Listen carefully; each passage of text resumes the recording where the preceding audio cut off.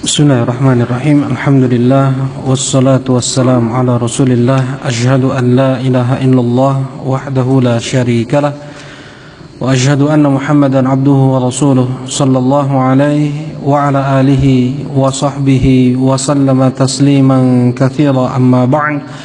Qala Allah ta'ala fil Qur'anil Karim, ya ayyuhalladzina amanu taqullaha wal tanzur nafsum ma qaddamat lighad wattaqullaha innallaha khabirum bima ta'malun. Nah, insyaallah kita akan membahas tentang fikih azan dan al-iqamah. Al-azan secara bahasa adalah al-i'lam. Azan artinya pemberitahuan. Ya. Allah Subhanahu wa taala berfirman di surat At-Taubah ayat ketiga, wa adhanum minallahi wa rasulih, dan azan dari Allah dan Rasulnya. Maksudnya pengumuman dari Allah dan Rasulnya. Di surat At-Taubah ayat ketiga ini, pengumuman dari Allah dan Rasulnya, tidak boleh lagi ada kesyirikan di Masjidil Haram, tidak boleh lagi orang-orang musyrikin mendatangi Masjidil Haram. Jadi al-i'lam, azan artinya adalah al-i'lam atau pemberitahuan, pengumuman, ya, secara bahasa. Secara istilah, azan al-i'lam bidukhuli waqti shalah bi alfadhin makhsusah. Azan adalah pemberitahuan masuknya waktu salat dengan lafaz-lafaz yang khusus. Nah, kemudian pada lafaz azan itu luar biasa, singkat lafaznya tetapi maknanya sangat mendalam. Lafaz azan dimulai dengan takbir, Allahu Akbar, Allahu Akbar. Di dalamnya mengandung makna akan adanya Rabbul Alamin. Ada yang mengatur alam semesta ini, ada yang mencipta alam semesta ini, ada yang menguasainya, dan tidak ada yang bergerak satu debu pun, tidak ada yang berjatuhan dedaunan, tidak ada kering, tidak ada lembab, tidak ada basah, kecuali itu semua atas izin dari Allah Subhanahu wa ta'ala, atas kehendak dari Allah, dan menunjukkan kesempurnaan Allah yang tidak ada celah, yang tidak ada aib, yang tidak ada cacat, yang tidak ada kekurangan pada sifat-sifat Allah Subhanahu wa ta'ala. Allahu Akbar. Ketika kita mendengar kalimat Allahu Akbar, hilang semua rasa senang karena kalah kecintaan pada apapun daripada kecintaan kepada Allah Subhanahu wa ta'ala. Kecintaan pada harta, kecintaan pada keluarga, kecintaan pada apapun itu, ketika terdengar oleh kita kalimat Allahu Akbar, semua itu gak ada apa-apa lagi. Puncak dari kecintaan seorang muslim ada pada Rabbul Alamin, ada pada Allah Subhanahu wa ta'ala. Ketika terkumandangkan Allahu Akbar, hilang rasa sedih, hilang rasa takut apapun, karena terkalahkan dengan takutnya dia kepada Allah. Allahu Akbar ala kulli syai. Allah lebih besar daripada segala sesuatu. Apa yang kita rasakan dari kebahagiaan, apa yang kita sedihkan, apa yang kita takuti, Allahu Akbar. Kemudian menunjukkan at-tauhid pada kalimat asyhadu an la ilaha illallah. Tadi kalimat Allahu Akbar itu semua alal fitrah, ya. Fitrah manusia. Fitrah manusia mengakui kebesaran Allah Subhanahu wa ta'ala. Ketika Rasulullah sallallahu alaihi wasallam mendengar ada seseorang mengumandangkan Allahu Akbar, Rasulullah katakan alal fitrah, sudah fitrah manusia mengakui Allah itu akbar. Kemudian asyhadu an la ilaha illallah, yang menunjukkan tauhidul uluhiyah dan memastikan bahwasanya tidak ada sesembahan selain Allah, dan semua sesembahan selain Allah adalah suatu kebatilan, batil. Semua apapun yang disembah selain Allah adalah batil. Dzalika bi anna Allaha huwal haqq haqq wa anna ma yad'una min dunihi wal batil wa anna Allaha huwal aliyyul kabir. Itulah Allah Subhanahu wa taala satu-satunya yang hak, dan semua yang disembah selain Allah itu batil, sesat. Makna asyhadu an la ilaha illallah, aku bersaksi. Apa makna aku bersaksi? Aku mengilmui dan meyakini bahwasanya tidak ada yang berhak untuk disembah kecuali hanya Allah Subhanahu wa taala. Asyhadu, syahadat artinya mengilmui dan meyakini dan terucap dengan lisan, itu syahadat. Ya, harus terucap dengan lisan. Allah ilaha illallah, asyhadu an la ilaha illallah, tidak ada sembahan yang hak kecuali hanya Allah. Ya, itu makna la ilaha illallah. Mencakup tidak ada pencipta, tidak ada pemberi rizki, tidak ada pengatur alam semesta kecuali hanya Allah. Terkandung di dalam kalimat tidak ada yang berhak untuk diibadahi kecuali hanya Allah. Jelasin insyaallah. Bukan arti dari la ilaha illallah itu tidak ada pencipta kecuali hanya Allah. Keliru. Kalau itu yang dimaksud, maka bukan la ilaha illallah tetapi la rabba illallah. Tidak ada Rabb kecuali hanya Allah. Tidak ada pencipta kecuali hanya Allah. Tidak ada pengatur alam semesta kecuali hanya Allah. Tidak ada yang memberi rezeki kecuali hanya Allah. Betul. Kalau untuk la ilaha illallah adalah tidak ada yang berhak untuk disembah, tidak ada yang patut, tidak ada yang boleh untuk disembah kecuali hanya Allah Subhanahu wa taala. Kenapa? Karena Allah satu-satunya yang mengatur alam semesta. Karena Allah satu-satunya yang menguasai mencipta alam semesta. Yang menghidupkan, yang mematikan, yang menaikkan harga, yang menurunkan harga, yang memberikan penyakit, yang mengangkat penyakit, yang memberikan bencana, yang memberikan ketenangan, kedamaian. Allahu wan nafi'ud dar. Nah, kemudian dilanjutkan dengan asyhadu anna Muhammadar Rasulullah.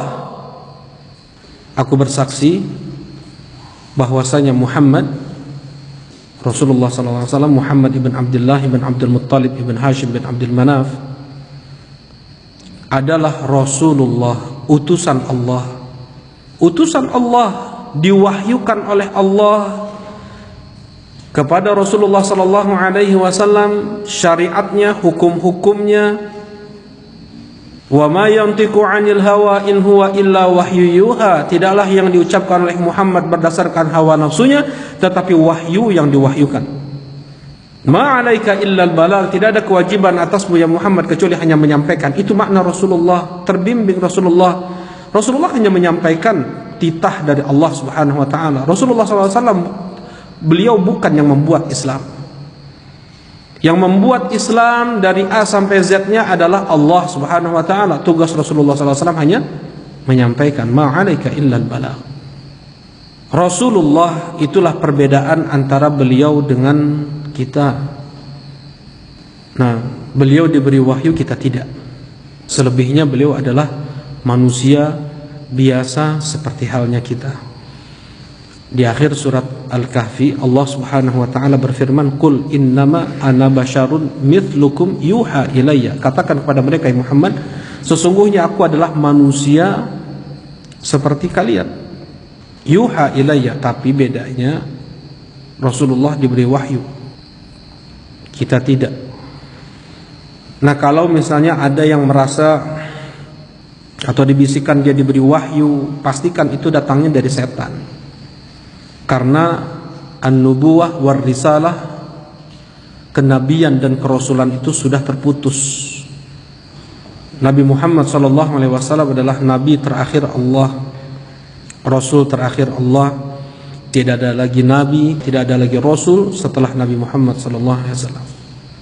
Nabi Isa alaihi salatu wassalam yang nanti di akhir zaman turun untuk membunuh Dajjal pun hanya menjalankan syariat Nabi Muhammad SAW, bukan syariat Injil. Nah, jadi Muhammadur Rasulullah, Muhammad adalah Rasulullah, utusan Allah. Dengan ini Rasulullah SAW, beliau menyampaikan semuanya terbimbing, ya, terbimbing oleh Allah Subhanahu wa taala. Dan ini bantahan untuk sebagian orang yang merendahkan Nabi hanya dengan mengatakan Muhammad itu hanya orang yang pandai bicara saja, cerdas, pandai bicara, bisa mempengaruhi orang. Enggak. Kalau bukan karena hidayah dari Allah Subhanahu wa taala kepada orang-orang yang didakwakan oleh Nabi Muhammad sallallahu alaihi wasallam, tidak akan sampai Islam ini kepada mereka. Nah, asyhadu anna Muhammadar Rasulullah, hayya 'alas shalah, panggilan untuk menaati Allah Subhanahu wa taala, atau yang dikatakan bahwasanya salat adalah syariat Islam, yang itu adalah tiang agama seseorang, baik salatnya, baik agama seseorang. Wa amuduhu as-shalah, ra'sul amril Islam wa amuduhu as-shalah. Pokok segala urusan itu adalah Islam dan tiangnya adalah salat. Kemudian hayya 'alal falah, seruan untuk mendapatkan kesuksesan yang sebenarnya, kebahagiaan yang abadi, tadi dengan ibadah, dengan salat. Dan ini ada isyarat untuk seseorang mempersiapkan apa yang dia bawa atau bekal menuju kampungnya yang sebenarnya, akhirat. Hayya 'alal falah, hayya 'alal falah sebagai pengingat untuk kampung akhirat. Nah, Allahu Akbar, Allahu Akbar, la ilaha illallah sebagai penekanan, kemudian digenapkan azan sebagai bentuk taukid, sebagai bentuk penekanan. Alhamdulillah. Baik. Banyak dalil-dalil yang datang tentang keutamaan azan, ya. Pahala melimpah bagi mereka yang mengumandangkan azan. Kata Rasulullah SAW, "Lau ya'lamun nas ma fin nida was saffil awal, thumma la yajidu illa ayastahimu alaih lastahamu." Andaikan manusia tahu pahala yang Allah persiapkan untuk mereka yang mengumandangkan azan, untuk mereka yang sholat di shaf pertama, kemudian tidak bisa seseorang untuk mengumandangkan azan kecuali harus mengundi, maka mereka akan mengundi. Karena kalau tahu misalnya yang azan nanti Isya di Pasihan Fortuner, pas saya berkelahi, bisa bertengkar, padahal pahalanya jauh lebih besar daripada dunia dan seisinya, ya. Kalimat subhanallah yang kita ucapkan aja, subhanallah, alhamdulillah, satu kalimat singkat itu saja, itu lebih baik daripada dunia dan seisinya. Kalimat subhanallah tertulis di lembaran amal kita, itu yang akan kita bawa nanti menghadap Allah, itu yang nanti akan ditimbang di timbangan amal, ya. Itu yang bisa memudahkan seseorang untuk melewati sirat, itu yang membuat seseorang merasa aman, merasa tenang nanti di hari kiamat. Kalimat subhanallah, enggak ada satu detik dia mengucapkan subhanallah, alhamdulillah, Allahu Akbar, la ilaha illallah, apalagi azan. Apalagi azan lebih baik jauh daripada dunia dan seisinya. Walau ya'lamuna ma fit tahjir lastabaqu ilaih, andaikan orang-orang tahu pahala yang Allah persiapkan untuk mereka yang bersegera datang ke masjid sebelum waktunya. Sebelum waktunya, azan jam 12 atau zuhur, dia dari jam 10 sudah ada di masjid. Dia dari jam 11 sudah ada di masjid. Ya, tahjir. Tahjir adalah mendatangi masjid sebelum masuk waktunya. Nah, lastabaqu ilaih, mereka akan berlomba-lomba ke masjid. Kalau mereka tahu pahala yang Allah persiapkan untuk mereka yang untuk yang tahjir. Walau ya'lamuna ma fil atamah was subh la tauhuma walau habwa. Andaikan mereka tahu pahala yang Allah persiapkan di salat Isya berjamaah dan di salat subuh berjamaah, maka mereka akan datangi dua salat tersebut walaupun dalam keadaan merangkak. Nggak bisa lagi jalan nih, ya, kakinya entah itu asam urat, entah itu sedang diinfus, nggak bisa dia jalan, dia bisanya ngarondang. Dari rumahnya akan dia tempuh pahala yang Allah persiapkan untuk mereka. Salat subuh, salat Isya. Al-muadzinun atwalun nas a'naqan yaumal qiyamah. Orang-orang yang mengumandangkan azan, mereka yang lehernya panjang nanti di hari kiamat. Ketika manusia tenggelam dengan keringat mereka karena dosa-dosa mereka, al-mu'adzinun mereka selamat. Rasulullah sallallahu alaihi wasallam pula bersabda, "La yasma'u mada saut al-mu'adzin jinnun wala insun wala syai'un illa syahida lahu yaumal qiyamah." Tidaklah mendengar sepanjang suara muadzin dari kalangan jin, manusia, dan apapun itu, pepohonannya, kerikilnya, tanahnya, biji pasirnya, semutnya, ya, bakterinya, apapun itu, illa syahidalahu yaumal qiyamah, semua makhluk tersebut nanti akan bersaksi di hari kiamat untuk dia. Kita perlu saksi, ya. Kita perlu ada yang menolong. Kita perlu ada yang mendukung. Nah, benda-benda tadi itu, manusia dan jinnya akan bersaksi kepada al-muadzin. Kami bersaksi dia mengucapkan syahadat, kami bersaksi dia menyiarkan syiar terbesar Islam, yaitu al-adzan. Wa 'an Ibnu Umar radhiyallahu taala anhuma qala qala Rasulullah sallallahu alaihi wasallam yughfaru lil muadzin muntaha adzanihi wa yastaghfir lahu kullu ratbin wa yabis sami'ah. Masyaallah. Seorang muadzin diampuni dosa-dosanya sejauh suara yang dia sampai, dan dia akan didoakan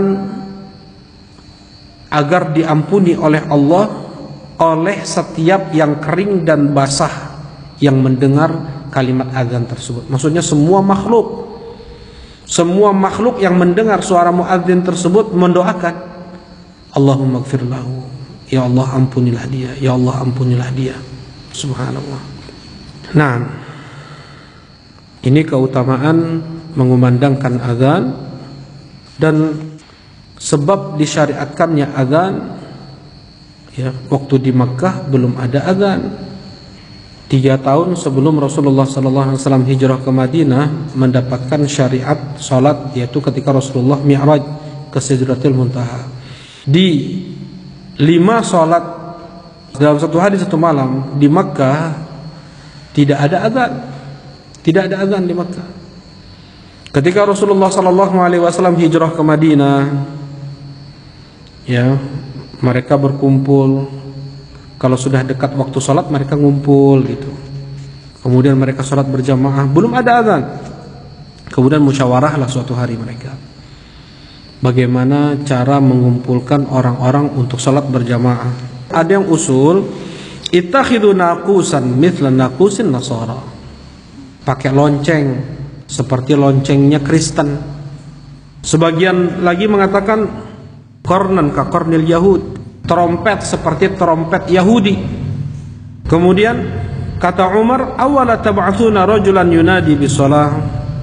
Berkata Umar, ya Rasulullah, apakah engkau utus seseorang untuk memanggil orang-orang, maksudnya azan, diteriakkan saja. Kemudian Rasulullah SAW berkata kepada Bilal, ya Bilal, kum fanadi bisalah, wahai Bilal, berdirilah dan kumandangkanlah azan. Ya, ini tidak langsung, ya, tidak langsung seperti ini. Maksudnya mereka belum mendapatkan ketentuan apa yang mau dipilih nih, lonceng atau tanduk trompet Yahudi. Mereka pulang, kemudian dimimpikan oleh Allah Abdullah ibn Zaid bin Abdi Rabbih. Ya, mimpi beliau melihat seseorang memakai baju warna hijau, membawa lonceng.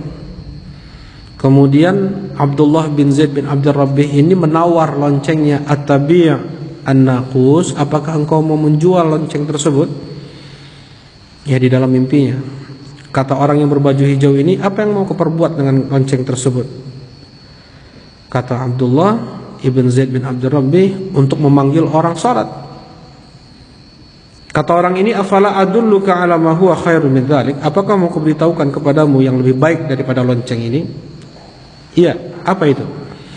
Kemudian diletakkan loncengnya, kemudian dia mengumandangkan Allahu Akbar, Allahu Akbar, Allahu Akbar, Allahu Akbar, asyhadu an la ilaha illallah, asyhadu an la ilaha illallah, asyhadu anna Muhammadar Rasulullah, asyhadu anna Muhammadar Rasulullah, hayya 'alas shalah, hayya 'alas shalah, hayya 'alal falah, hayya 'alal falah, Allahu Akbar, la ilaha illallah. Nah, lafaz azan yang kita dengar. Kemudian dia mundur. Kemudian bilang, taqul idza aqamta shalah, dan untuk menegakkan salat, Allahu akbar, asyhadu an la ilaha illallah, asyhadu anna Muhammadar Rasulullah, hayya 'alas shalah, hayya 'alal falah, qad qamatis shalah, qad qamatis shalah, Allahu akbar, la ilaha illallah. Nah, ini lafaz qomat. Jelas ini ya? Ini jelas sekali, lafaz adzan seperti ini, lafaz qomat seperti ini. Di pagi harinya langsung Abdullah bin Zaid bin Abdul Rabbih mendatangi Rasulullah SAW dan memberitahukan apa yang beliau lihat dalam mimpi beliau. Kata Rasulullah SAW, innaha la ru'ya haq. Ini mimpi yang benar, ya, disetujui oleh Rasulullah SAW. Kemudian Rasulullah menyuruh Bilal, fakum ma'a Bilal fa'alqi alaih, ya, pergi kau ke Bilal dan sampaikan apa yang kau lihat. Fa innahu anda sautan minka, dan biar Bilal yang mengumandangkan adzan, karena Bilal yang lebih nyaring suaranya daripada engkau.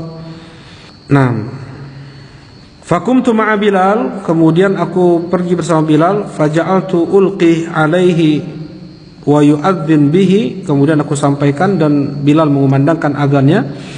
Fasami adzalika Umar, kemudian didengar oleh Umar Ibn Khattab, yang Umar bin Khattab ada di rumahnya, suara Bilal sampai kedengaran sampai ke rumah Umar. Fakharaja yajurru rida'ah, kemudian langsung sampai tergesa-gesa Umar bin Khattab mendatangi Rasulullah SAW. Walladzi ba'atsaka bil haqq ya Rasulullah, laqad ra'aitu mithla ma uri. Demi yang mengutusmu dengan kebenaran ya Rasulullah, aku mimpi sama dengan mimpi Abdullah bin Zaid bin Abdul Rabbih. Kata Rasulullah, walillahil hamd. Ini sebab syariat azan, nah, atas mimpi dari Abdullah ibn Zaid bin Abdul Rabbih dan Umar bin Khattab. Tetapi ini disetujui oleh siapa? Oleh Rasulullah SAW. Bukan dibangun syariat ini di atas mimpi, enggak, ya. Dan apa yang ditetapkan oleh Rasulullah SAW pun berdasarkan apa? Wahyu. Nah, hukum adzan fard kifai. Hukum adzan fard kifai, fardu kifayah. Rasulullah SAW memerintahkan kepada Malik bin Huwairits, ya, kata beliau, ataina ilan Nabi SAW wa nahnu syababatun mutaqaribun. Kami mendatangi Rasulullah SAW yang pada saat itu kami pemuda yang tidak berjauhan umur kami. Faqamna indahu 20 yawman wa lailah. Kemudian kami tinggal di Madinah selama 21 hari, 21 malam. Wa kana Rasulullah sallallahu alaihi wasallam rahiman rafiqa. Rasulullah sallallahu alaihi wasallam itu rahim orangnya, ya, penyayang, rafiqan, sangat lembut. Falamma dhanna anna qad ishtahaina ahlana aw qad ishtaqna sa'alana amman tarakna ba'dana. Ketika Rasulullah sallallahu alaihi wasallam melihat ini para pemuda ini sudah mulai rindu sama keluarganya, kemudian ditanya oleh Rasulullah SAW, siapa yang kalian tinggalkan di kampung kalian? Disampaikanlah oleh mereka, kata Rasulullah SAW, irji'u ila ahlikum, pulanglah kalian ke keluarga kalian, fa'aqimu fihi mu'allimuhum, tinggallah kalian bersama keluarga kalian dan ajarkan apa yang kalian dapatkan dari ilmu pada mereka, ya. Wa sallu kama ra'aitumuni usalli, dan salatlah kalian sebagaimana kalian melihatku salat. Fa idza hadaratis shalah falyu'adzin lakum ahadukum. Apabila masuk waktu salat, maka kumandangkanlah azan salah seorang di antara kalian, wal ya'ummukum akbarukum, dan yang menjadi imam di antara kalian adalah yang paling tua di antara kalian. Kenapa kok yang paling tua, bukan yang paling banyak hafalan Qur'annya? Karena mereka belajarnya bareng dengan Rasulullah SAW. Hafalan Quran mereka enggak beda jauh satu sama lain. Nah, yang paling berhaknya yang paling tuanya. Baik. Nah, di sini perintah dari Rasulullah SAW untuk mengumandangkan azan. Nah, dan dengan azan terselamatkan satu negeri. Apabila tidak ada azan, diperangi itu oleh Rasulullah SAW.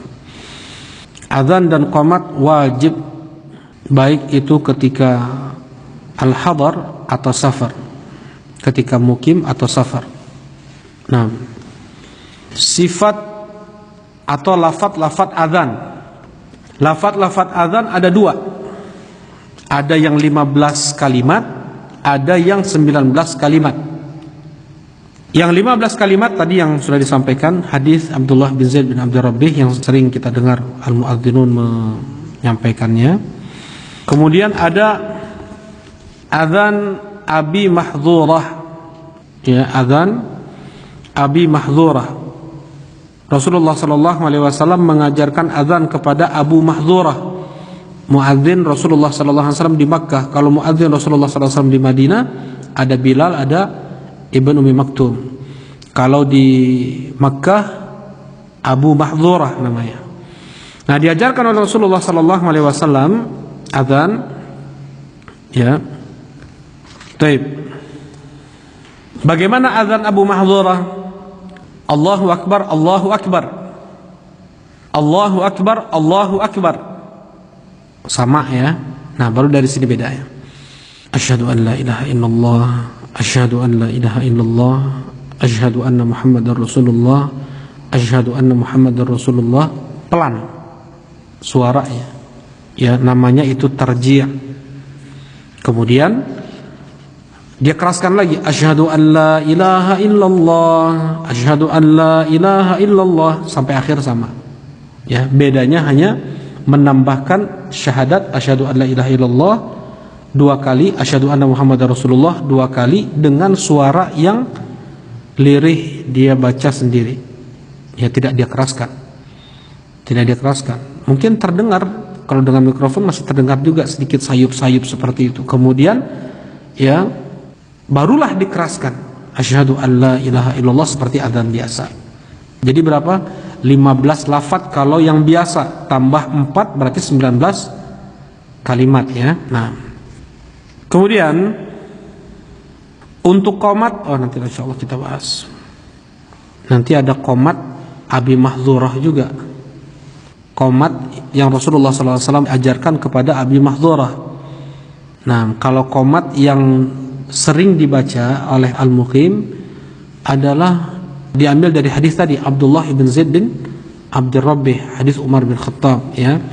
Kalau qomatnya Abu Mahdhurah yang diajarkan oleh Rasulullah SAW sama persis dengan azan yang kita baca, kecuali tambahan qad qamatis shalah, qad qamatis shalah. Jadi qomatnya adalah Allahu Akbar, Allahu Akbar, Allahu Akbar, Allahu Akbar, asyhadu an la ilaha illallah, asyhadu an la ilaha illallah, asyhadu anna Muhammadar Rasulullah, asyhadu anna Muhammadar Rasulullah, hayya 'alas shalah, hayya 'alas shalah, hayya 'alal falah, hayya 'alal falah, qad qamatis shalah, qad qamatis shalah. Allahu Akbar, Allahu Akbar, la ilaha illallah.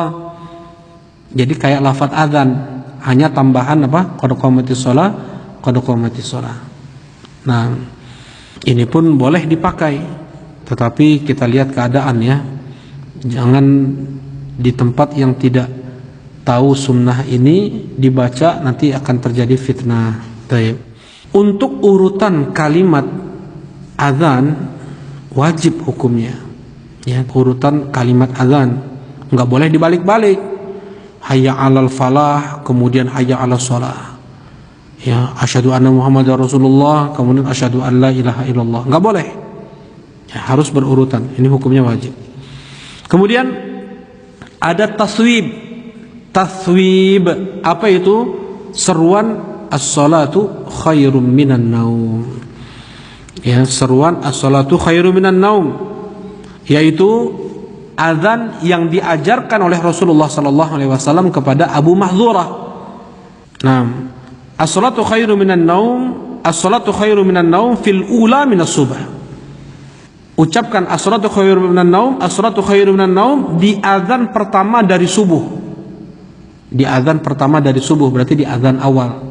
Ya, kalau kita istilahkan apa? Azan awal, yaitu beberapa saat sebelum azan subuh. Kapan itu dikumandangkan? Jelas hadis Abu Mahdhurah, kata beliau, kuntu adzin li Rasulillah sallallahu alaihi wasallam, aku mengumandangkan azan untuk Rasulullah sallallahu alaihi wasallam, wa kuntu aku fi adzanil fajr awal, dan aku mengatakan di azan fajar yang pertama, hayya 'alal falah, as-salatu khairu minan naum, as-salatu khairu minan naum, Allahu akbar, la ilaha illallah. Berarti mengucapkan as-salatu khairu minan naum setelah hayya 'alal falah. Ya.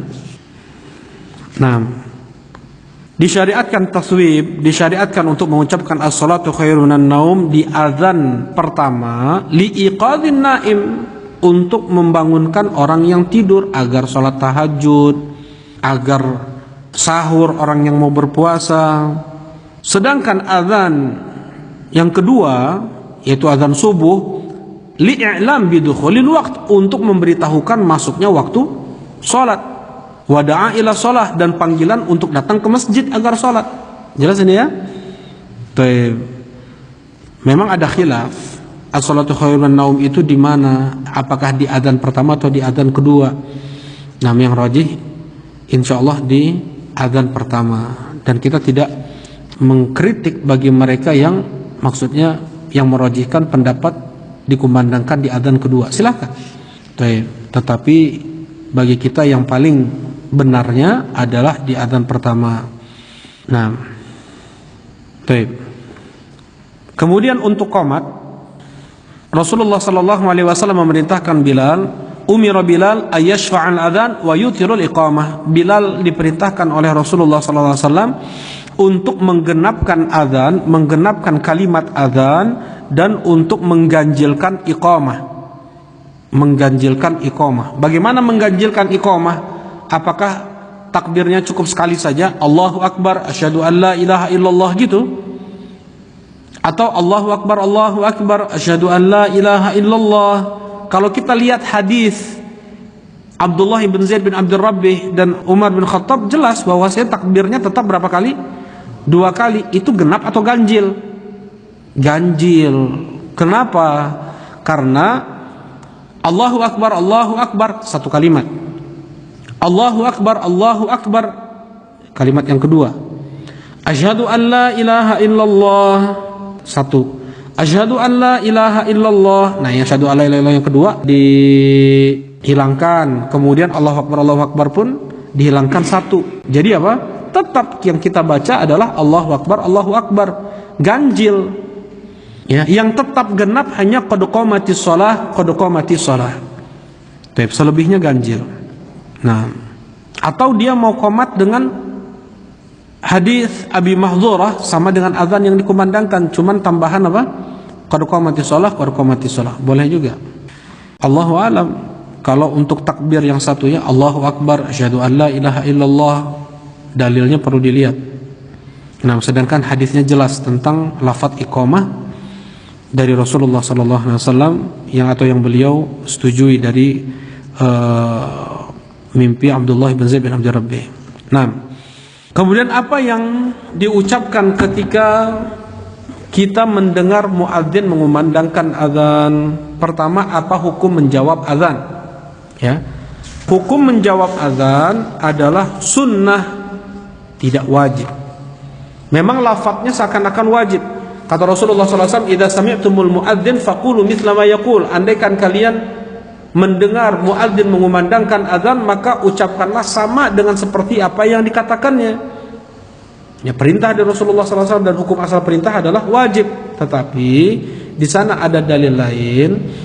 Rasulullah SAW pernah tidak menjawab azan. Tadi hadis Anas bin Malik, ketika Rasulullah SAW mendengar ada muadzin mengucapkan Allahu akbar, Rasulullah SAW mengatakan alal fitrah, orang ini di atas fitrah. Ketika mendengar asyhadu an la ilaha illallah, Rasulullah mengatakan kharajta minan nar, kau sudah keluar dari api neraka. Ya, berarti menjawab azan hukumnya apa? Sunnah mustahabbah, tidak wajib. Dan apa yang kita jawab sama dengan apa yang dikatakan oleh muadzin, kecuali lafaz hayya 'alas shalah dan hayya 'alal falah. Hadis Umar bin Khattab radhiyallahu taala anhu, jelas hadisnya. Nah, kata Rasulullah sallallahu alaihi wasallam, apabila muadzin mengucapkan hayya 'alas shalah, maka ucapkanlah la haula wala quwata illa billah. Apabila muadzin mengucapkan hayya 'alal falah, maka ucapkanlah la haula wala quwata illa billah. Selebihnya sama semuanya. Jelas ini ya? Selebihnya sama semuanya. Untuk hayya 'alas shalah dan hayya 'alal falah, jawaban kita adalah la haula wala quwata illa billah. Karena nggak bisa kita untuk bisa menegakkan sholat, nggak bisa kita untuk sholat, nggak bisa kita untuk meraih al-falah kalau bukan karena al-quwah minallah, ya, kekuatan yang Allah kasih. La haula wala quwata illa billah. Nah, kemudian ini yang pertama ya, kita menjawab azan seperti itu tadi, menjawab azan dengan lafaz yang sama dikumandangkan oleh muadzin, kecuali lafaz hayya 'alas shalah dan hayya 'alal falah kita menjawabnya dengan la haula wala quwata illa billah. Yang kedua adalah, atau yang berikutnya, setelah selesai azan apa yang kita baca?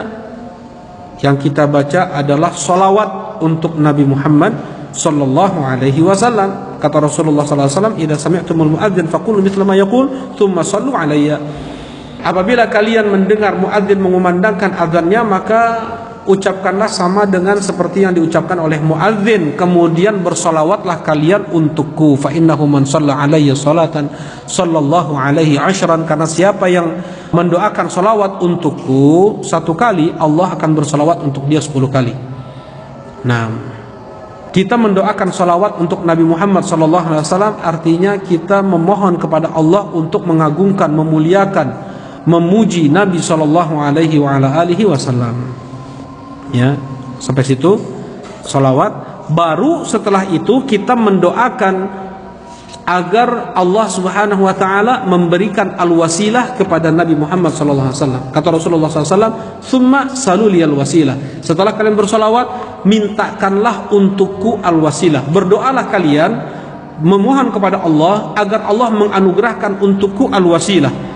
Fa innaha manzilatun fil jannah, karena al-wasilah itu adalah tempat di surga, la tambaghi illa li 'abdin min ibadillah, yang tidak Allah berikan kecuali ke salah satu dari hamba-hamba Allah. Wa arju an akuna anahu, dan aku berharap akulah hamba Allah yang diberikan wasilah tersebut. Faman sa'ala liyal wasilah halat lahu syafa'ati yaumil qiyamah, siapa yang memintakan untukku wasilah, halal untuk dia syafaatku nanti di hari kiamat. Di antara sebab untuk mendapatkan syafaat Rasulullah SAW nanti di hari kiamat adalah dengan mendoakan al-wasilah untuk Rasulullah SAW di setiap selesai azan. Ya, jadi bagaimana doanya? Dikeluarkan oleh Imam Al-Bukhari, Allahumma rabba hadhihi ad-da'wati at-tammah was-salatil qa'imah ati Muhammadanil wasilah. Ya Allah, berikanlah untuk Nabi Muhammad al-wasilah wal fadilah wa ba'athu maqaman mahmudan ladzi wa'adtah. Sampai situ saja. Sampai situ. Halat lahu syafaati yaumal qiyamah. Doa seperti itu halal untuk dia syafaatku nanti di hari kiamat. Nah, kemudian apa yang dilakukan setelah doa? Banyaklah berdoa setelah selesai azan. Nah, sebelum itu ada hadis Sa'ad bin Abi Waqqas, "Man qala hina yasma'ul muadzin," siapa yang mengucapkan ketika mendengar muadzin, ya, mengumandangkan azan, siapa yang mengatakan asyhadu an la ilaha illallah wahdahu la syarikalah wa asyhadu anna muhammadan abduhu wa rasuluh raditu billahi rabba wa bi muhammadin rasulah wa bil islami dina ghufira lahu dzambuh, akan diampuni dosa-dosanya. Ya, siapa yang mengucapkan asyhadu an la ilaha illallah wahdahu la syarikalah wa asyhadu anna muhammadan abduhu wa rasuluh raditu billahi rabba wa bi muhammadin rasulah wa bil islami dina, ketika azan terkumandangkan maka akan diampuni dosa-dosanya seluruhnya. Ditanya Syekh Al-Albani rahimahullah ta'ala, kapan dibaca ini ya Syekh? Kata Syekh Al-Albani rahimahullah, untuk menjawab azan hukumnya sunnah, maka kapanpun, di lafaz manapun dia mendengar azan, ucapkan ini, insyaallah mendapatkan keutamaan ini, diampuni dosa-dosanya dimanapun.